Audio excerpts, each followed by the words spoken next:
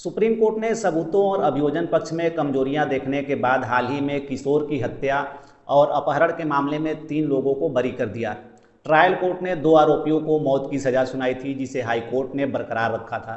मामले में दोषी तीसरे आरोपी को उम्र कैद की सजा सुनाई गई थी।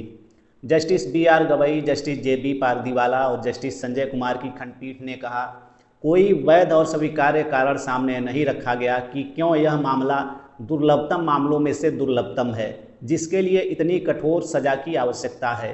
इसके विपरीत हम पाते हैं कि इस मामले में सर्कमस्टेंशियल एविडेंस की श्रृंखला में कमजोरियां और अंतराल अपीलकर्ताओं को संदेह का लाभ देकर बरी कर देते हैं।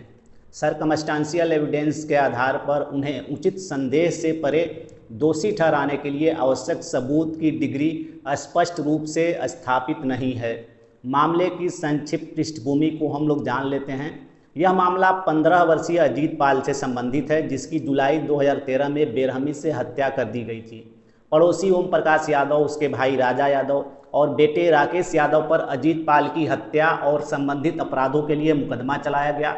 मध्य प्रदेश के जबलपुर के अतिरिक्त सत्र न्यायाधीश ने इन तीनों को अलग अलग मामलों में दोषी ठहराया, जबकि ओम प्रकाश यादव को आजीवन कारावास की सजा सुनाई गई और राजा यादव और राजेश यादव को IPC की धारा 302 और 364A के तहत अपराध के लिए मौत की सजा सुनाई गई। इससे व्यथित होकर तीनों दोषियों ने मध्य प्रदेश हाईकोर्ट में अपील की। हालांकि हाईकोर्ट ने उनकी दोष सिद्धि और सजा की पुष्टि की, जिसमें राजा यादव और राजेश यादव को मौत की सजा भी शामिल है। इस प्रकार वर्तमान अपील दायर की गई सुप्रीम कोर्ट में। अदालत ने कहा कि प्रोसिक्यूशन के मामले की रूपरेखा से स्पष्ट रूप से पता चलता है कि यह पूरी तरह से सर्कमस्टेंशियल एविडेंस पर आधारित है, क्योंकि अजीत पाल के अपहरण और हत्या का कोई आई विटनेस नहीं है।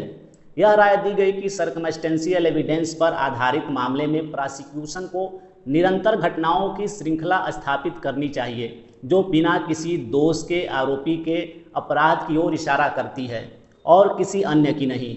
कोर्ट ने टिप्पणी की कि पुलिस ने जिस तरह से अपनी जांच की, उसने आरोपियों के खिलाफ आगे बढ़ने और सबूत इकट्ठा करने में आवश्यक मानदंडों के प्रति पूरी उदासीनता बरती, महत्वपूर्ण सुरागों को अनियंत्रित छोड़ दिया और अन्य सुरागों पर पर्दा डाल दिया जो कहानी के अनुरूप नहीं थे।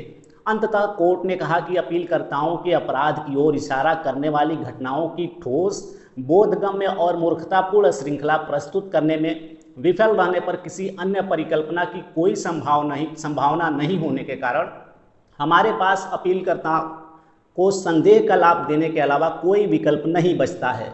इन तथ्यों और परिस्थितियों को ध्यान में रखते हुए न्यायालय ने अपील की अनुमति दी और सभी मामले में तीनों अपीलकर्ताओं की दोष सिद्धि और सजा को रद्द कर दिया।